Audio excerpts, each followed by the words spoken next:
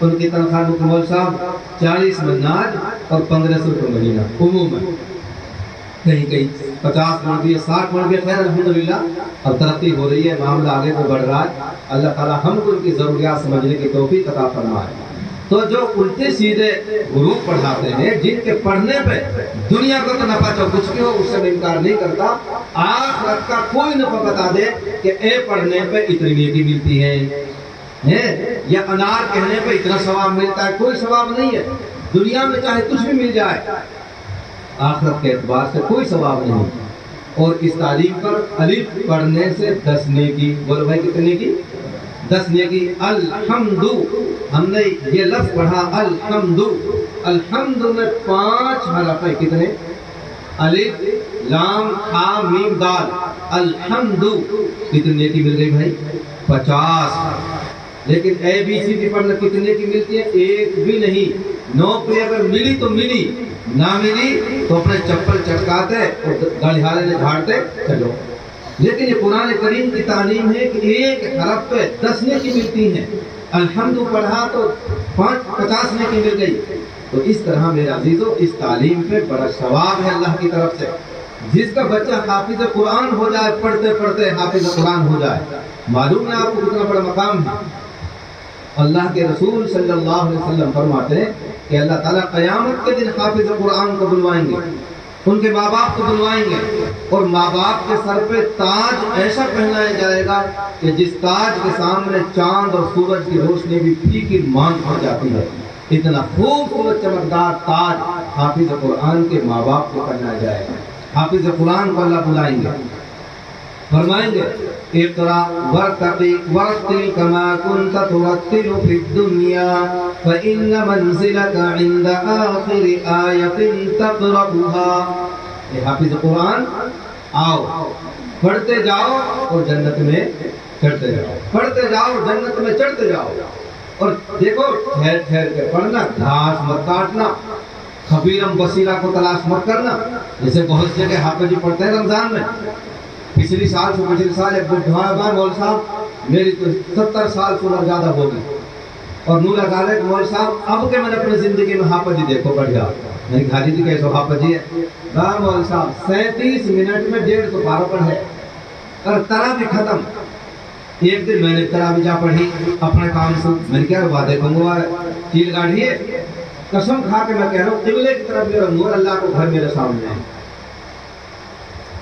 اللہ اکبر الحمدللہ والضالین، اللہ اکبر الحمدللہ والضالین، والضالین پہ تو مول کو تو چلی الحمد پوری ہوگی، پھر جائی خبیرم بصیرہ، اللہ اکبر۔ میں نے کہا حاجی جی تیری بات مان لی، اپر ایک رتی کے برابر اگر تو ثواب مل رہا ہو تو لکھ کے دیکھو، اور جہنم کے عذاب کے مستحق ہو رہے ہو آپ بھی نہیں حافظ جی بھی۔ بات سمجھ ماری، علماء بیٹھے ہیں بڑے بڑے جہنم کے مستحق ہو رہے ہیں قرآن سن کے، جس میں یہی پتہ نہ چلے کہ امام صاحب کیا کہ حاجی جی تو بھی جہنم کما رہو، حافظ جی تو بھی کما رہو۔ یہ اللہ کا قرآن ہے، تو اللہ کیا فرمائیں گے؟ ٹھہر ٹھہر کے پڑھ حافظ جی، گھاس مت کاٹ۔ اور پھر جیسے تو دنیا میں پڑھتا تھا ٹھہر ٹھہر کے ایسے پڑھ، جہاں آخری آیت وہی تیرا آخری ٹھکانہ۔ کہو سبحان اللہ۔ قرآن حکیم میں 6666 آیتیں، الحمد سے شروع کرے گا والناس پہ ختم، 6666 آیتیں ہیں۔ حافظ قرآن جنت میں 6666 منزل کے ٹاور کے اندر رہے گا۔ کہو سبحان اللہ۔ اللہ تعالیٰ ہم کو عمل کی توفیق عطا فرمائے۔